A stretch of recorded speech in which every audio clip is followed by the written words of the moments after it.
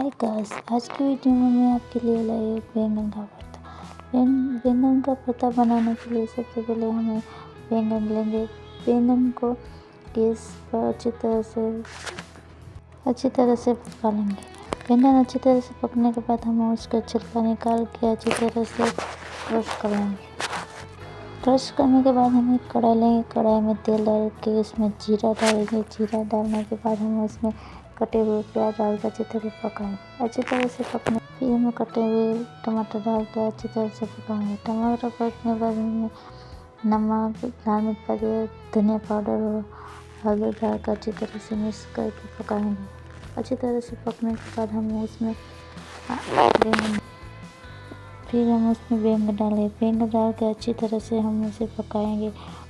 थोड़ी देर पकने के बाद हमारा बैंगन का भरता तैयार है। फिर हम उसमें धनिया डाल के सर्व करेंगे और खाने में बहुत अच्छा लगता है।